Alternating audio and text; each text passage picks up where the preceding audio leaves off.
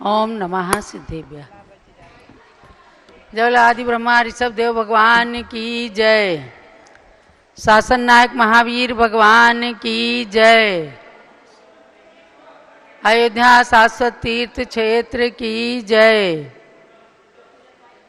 चारित्र चक्रवर्ती प्रथमाचार्य शांति सागर महाराज की जय। अयोध्या में विराजमान आचार्य श्री भद्रबाहु सागर महाराज की जय। अयोध्या में विराजमान परम पूज्य गणिनी प्रमुख श्री ज्ञानमती माता जी की जय।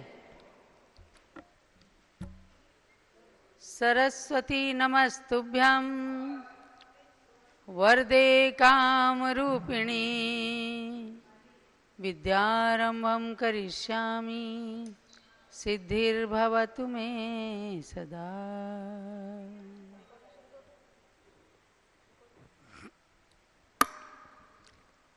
क्लास शुरू हो रही है। गतियों से आने जाने की द्वार, द्वार से ही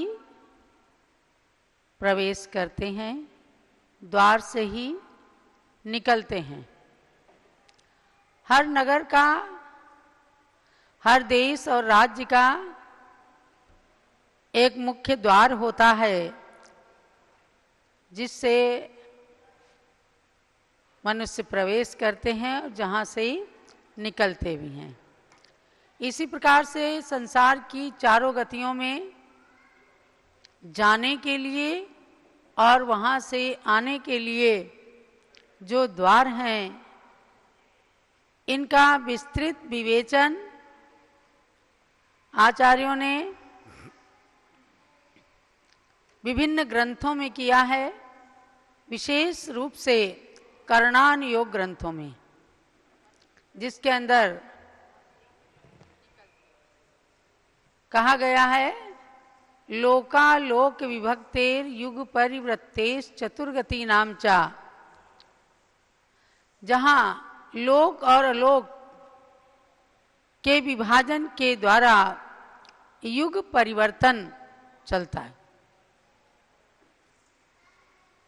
अगर लोक और अलोक की व्यवस्था को हम नहीं जानेंगे तो हम ये भी नहीं जान सकते कि हम कहाँ हैं, धरती पर हैं कि आकाश में हैं, कहाँ हैं। तो मुख्य रूप से लोक तीन होते हैं, तीन लोक, अधोलोक, मध्यलोक और ऊर्ध्वलोक। अधोलोक में निगोध है सबसे नीचे, पुनः 7 नरक हैं, और जहां से अधोलोक प्रारंभ होता है मध्यलोक के नीचे से, तो अधोलोक में सबसे पहले चित्रा पृथ्वी के 3 भाग हैं, खर भाग, पंख भाग और अबहुल भाग। खर भाग और पंख भाग में भवनवासी देवों के 7,72,00,000 जिन मंदिर हैं। सुन रहे हो आप? कितने हैं? 7,72,00,000 भवनवासी देवों के भवन हैं, जिनके अंदर जिन मंदिर बने हुए हैं, और व्यंतर देवों के असंख्यात भवन हैं।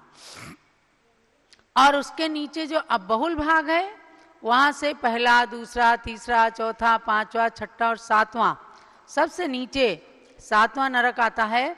और 7वें नरक के नीचे निगोध है, जहां एक श्वास में 18 बार जन्म मरण करने वाले एक इंद्रिय निगोदिया जीव रहते हैं। यहाँ पर 3 लोक की रचना बनी है, जाके नीचे से ऊपर तक देखना।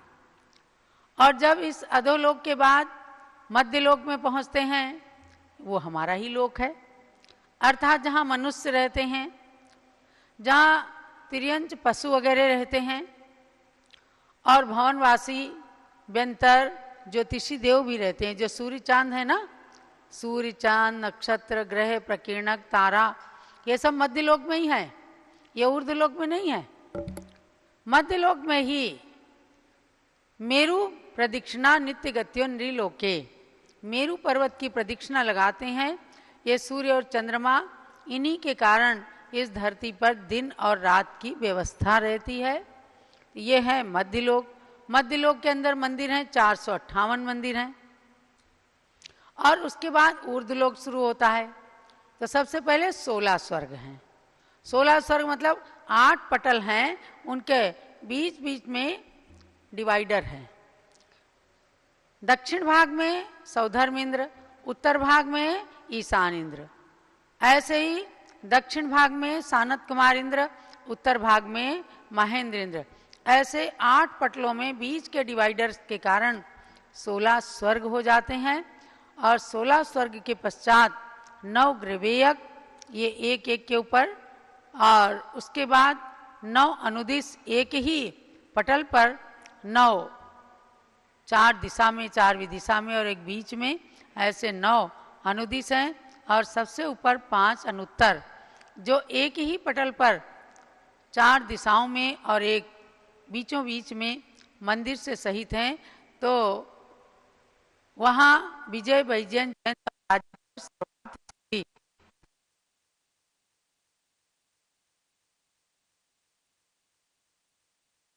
एक मनुष्य का भाव लेकर और उससे मोक्ष चले जाते। ये इसलिए मैंने व्यवस्था आपको बताई कि हमें जानना है कि ये जीव अनादिकाल से इन योनियों में जन्म धारण कर करके दुख और किंचित सुख को प्राप्त करता है और उसी में भूला हुआ है। तो ये गतियों से आने जाने के द्वार क्यों बताते हैं कि हम जाने कौन सी शुभ गति है, कौन सी अशुभ गति है। अब आपसे मैं पूछूं कि 4 गतियों में अच्छी गति कौन सी है और खराब गति कौन सी है? तो यही कहेंगे नरक गति और पशु गति खराब गति है, और मनुष्य गति और देव गति अच्छी गति है। लेकिन मनुष्यों के लिए भी कहा ज्ञानेन हीना पशु भी समाना।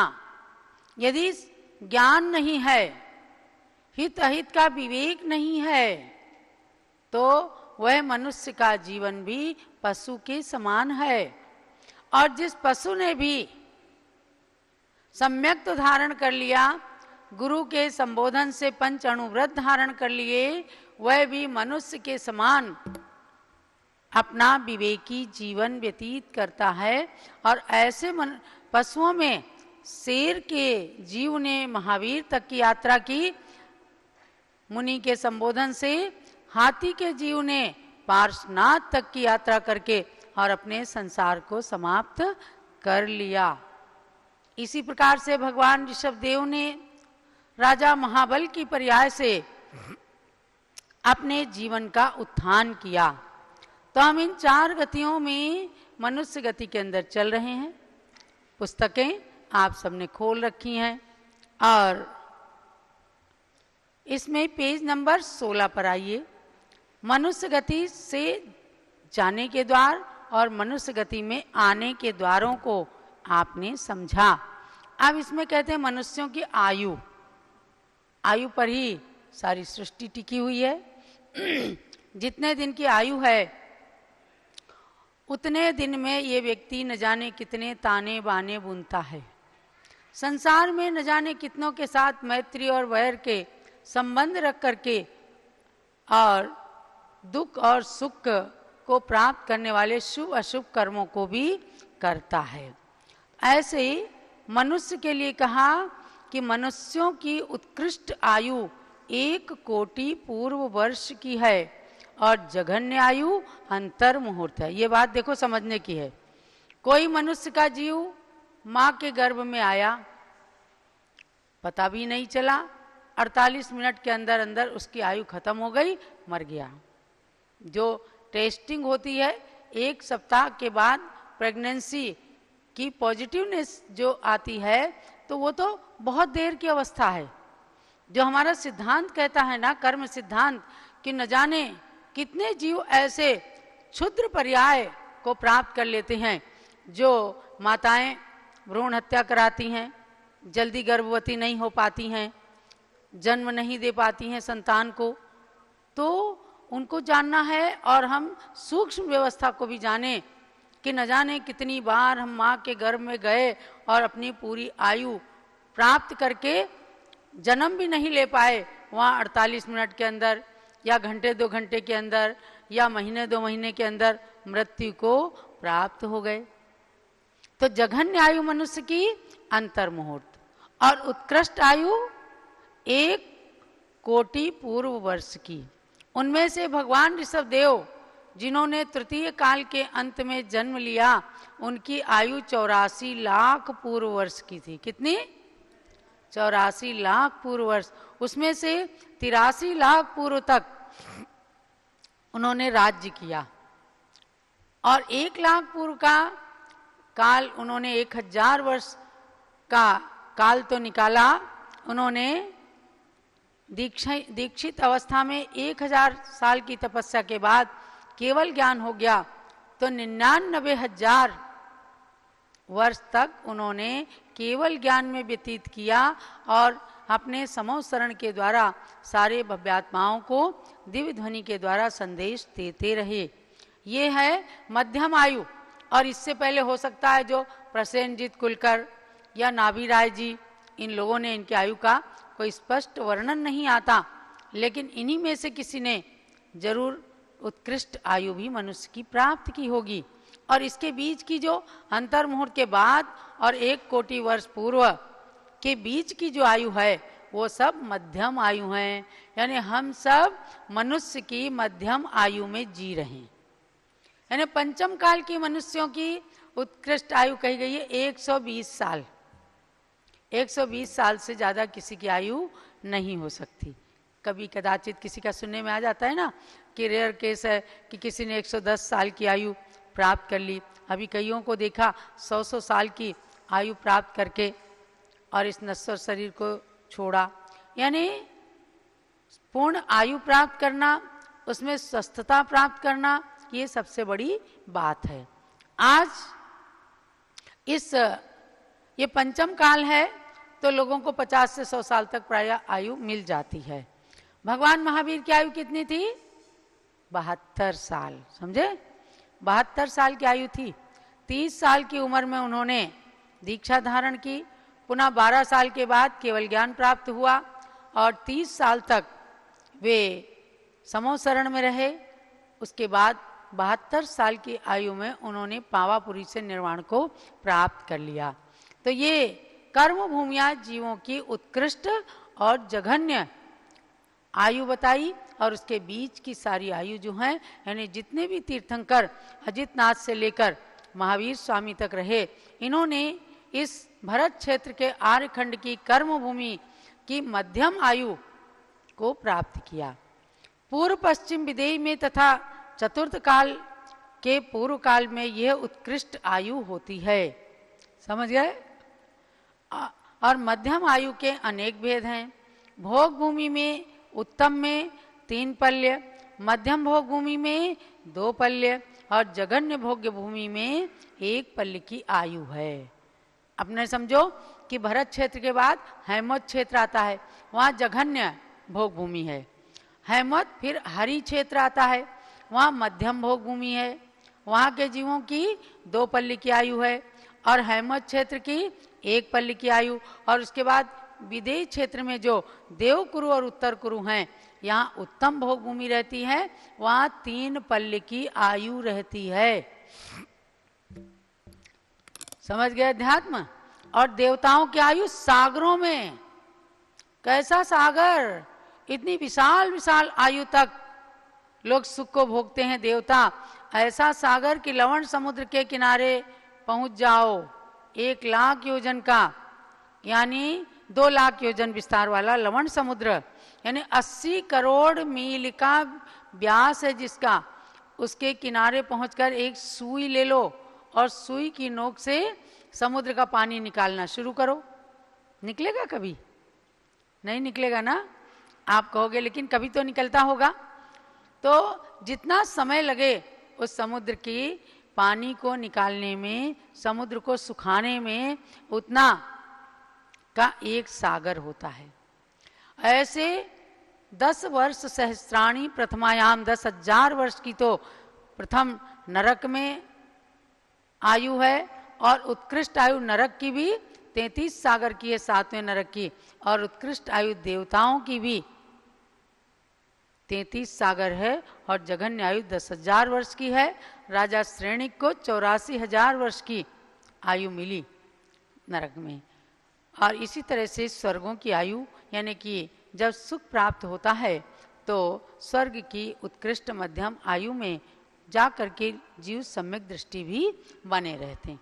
जो इस जन्म में खूब पुण्य करते हैं, खूब भगवान के कल्याणक मनाते हैं, तो उन्हें देवताओं के सुख प्राप्त होते हैं और वहाँ भी जा करके वो कल्याणक मनाते रहते हैं।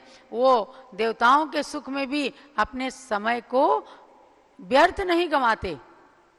ऐसे ही मनुष्यों को भी सोचना है कि जो कुछ करना है सो कर लो। सुकृत तरुण अवस्था में, पैसा पास निरोगी काया, इंद्रिय ठीक व्यवस्था में कर न सकोगे फिर तुम कुछ भी, बल पौरुष थक जाने पर, और आग लगी कुटिया में फिर क्या होगा, कुआं खुदाने पर। लोग कहते हैं, कोई नियम देने लगो, अरे माता जी अभी तो बच्चे को खाने दो, खेलने दो, अभी युवावस्था में अपने सुख के दिन व्यतीत करने दो। भैया कुछ पता नहीं किसी का, इसलिए तरुण अवस्था में जब तक अपनी इंद्रियां काम कर रही हैं, अपने पास संपत्ति है, अपने पास शरीर का सुख है, निरोगता है, तब तक अपने को करना चाहिए। धर्म भी, चिंतन भी, कल्याण भी, त्याग भी, संयम भी और गृहस्थ के षट कर्तव्यों का पालन भी तब तक अपने शरीर से करना चाहिए।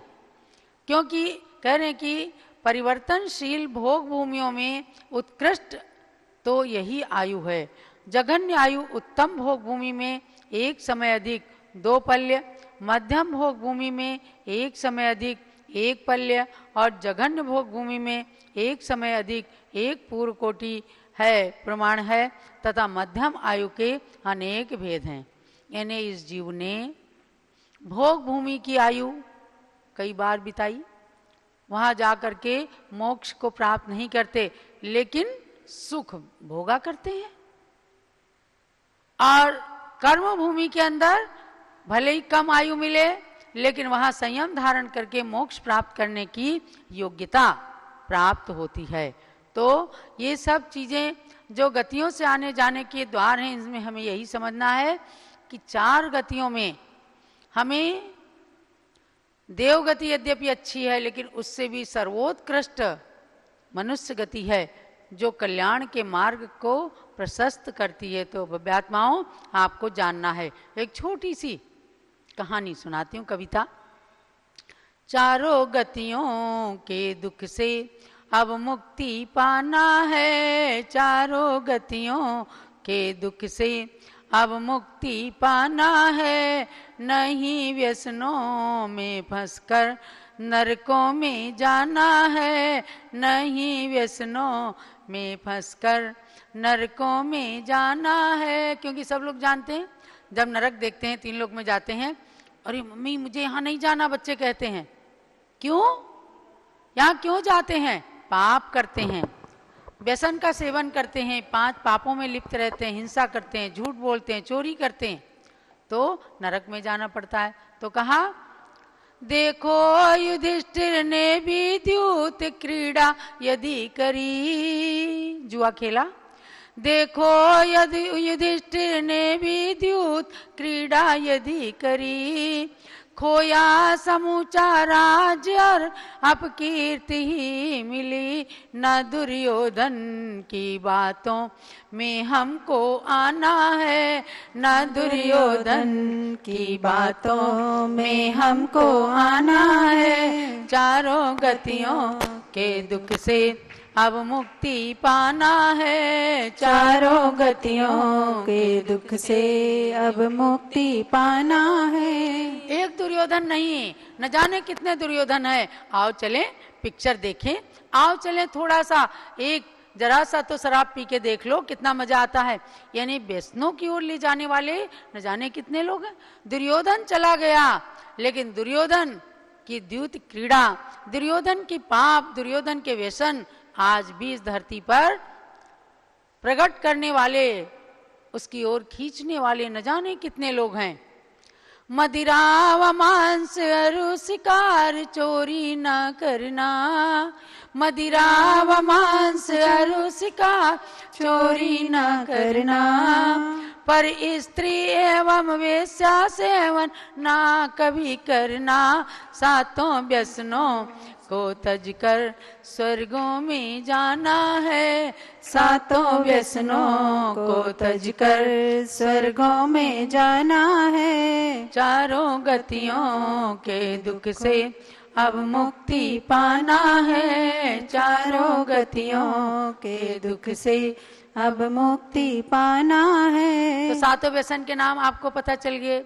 जुआ खेलना, मांस मद, बेश्या, व्यसन शिकार, चोरी, पर रमणी रमण, ये सातों व्यसन निवार। व्यसन तो व्यसन है, चाहे रंक करे चाहे राजा करे, उसे तो उसका फल मिलता ही है।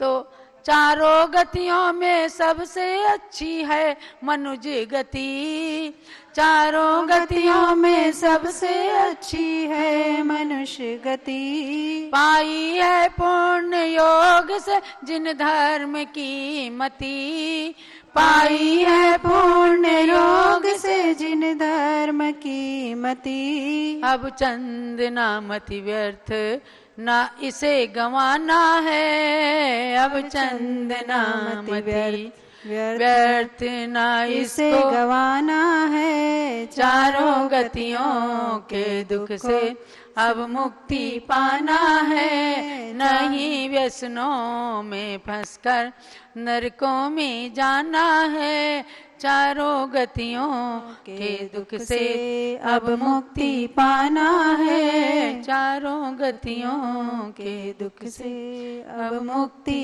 पाना है। इसीलिए इन आचार्यों की वाणी में रस घोल घोल करके जो पूज्य गणनी ज्ञानमती माता जी ने ये छोटी छोटी पुस्तकें दी हैं।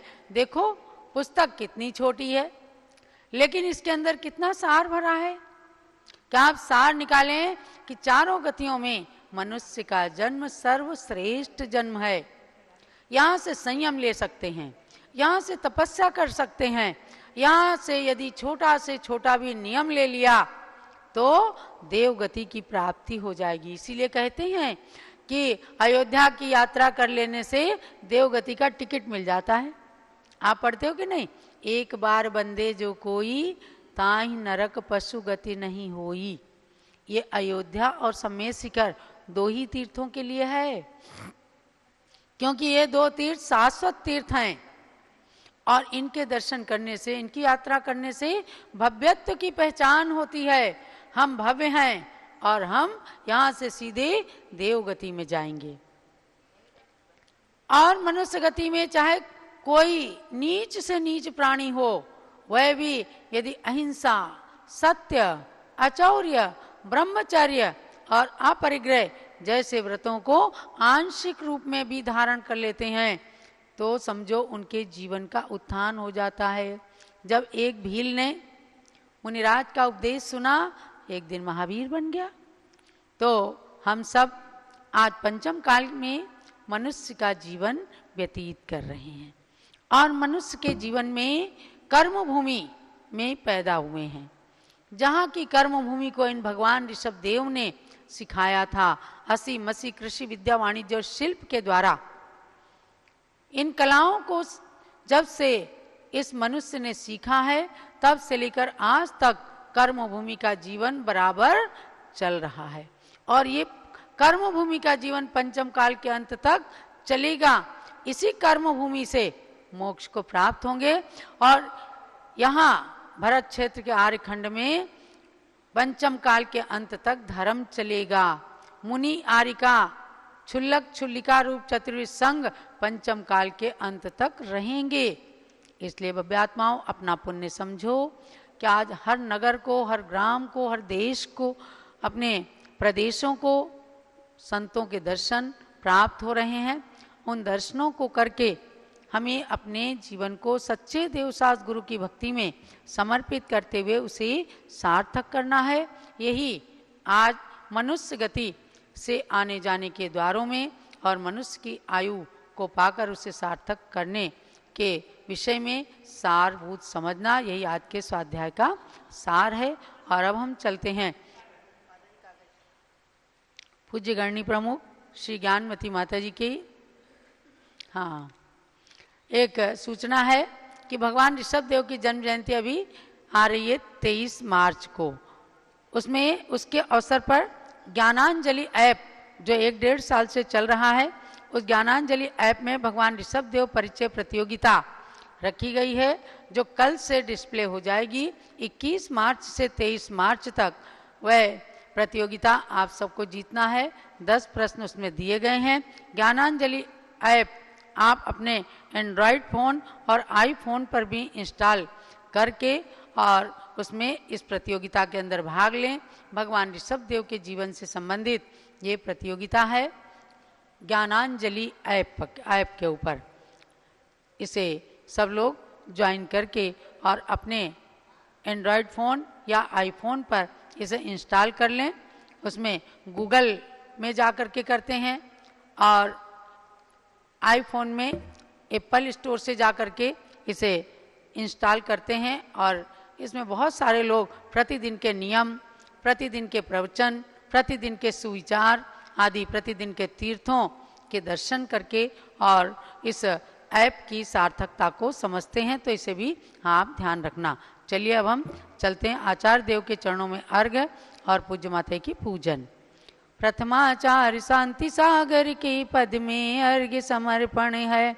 वीर सिंधु अरुणेमि सिंधु आचार्य के पद का अर्चन है। परम तपस्वी तीनों गुरु शिव पद साधक कहलाते हैं। इन पद में चंदनामती अमर्घ्य का थाल चढ़ाते हैं। ओम ह्रीं श्री शांति सागर वीर सागर नेम सागर चैत्र मुनिन्द्रेभ्यो अनर्घ पद प्राप्ति है ऋघम निरोपामति स्वाहा। सबको ध्यान देना है कि 23 मार्च को चैत्र कृष्णा नवमी के दिन अयोध्या में भगवान ऋषभ देव की जन्म जयंती जो पारंपरिक तरीके से प्रतिवर्ष मनाई जाती है वह मनाई जाएगी। पांडुक शिला पर अभिषेक होगा। प्रातः काल से सबको अपने घर में खूब वाद्य यंत्र, घंटा, ढोलक, धमाके, नहीं तो कुछ थालियां बजा करके भगवान के जन्म की खुशियां मनाना है। पुनः पांडुक शिला पर अभिषेक होगा। दिन भर कार्यक्रम चलेंगे और उसी दिन भरत भगवान का जन्म हुआ है, उनका भी जन्म दिवस मनाएंगे। अयोध्या में विराजमान 31 फुट के भगवान भरत का भी अभिषेक होगा।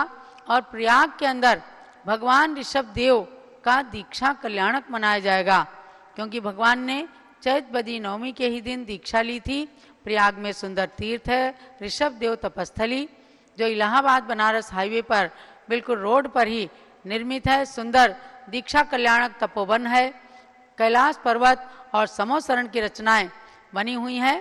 तो आप सब प्रयाग जाएं या अयोध्या आएं, सब जगह कार्यक्रम आपको देखने को मिलेंगे।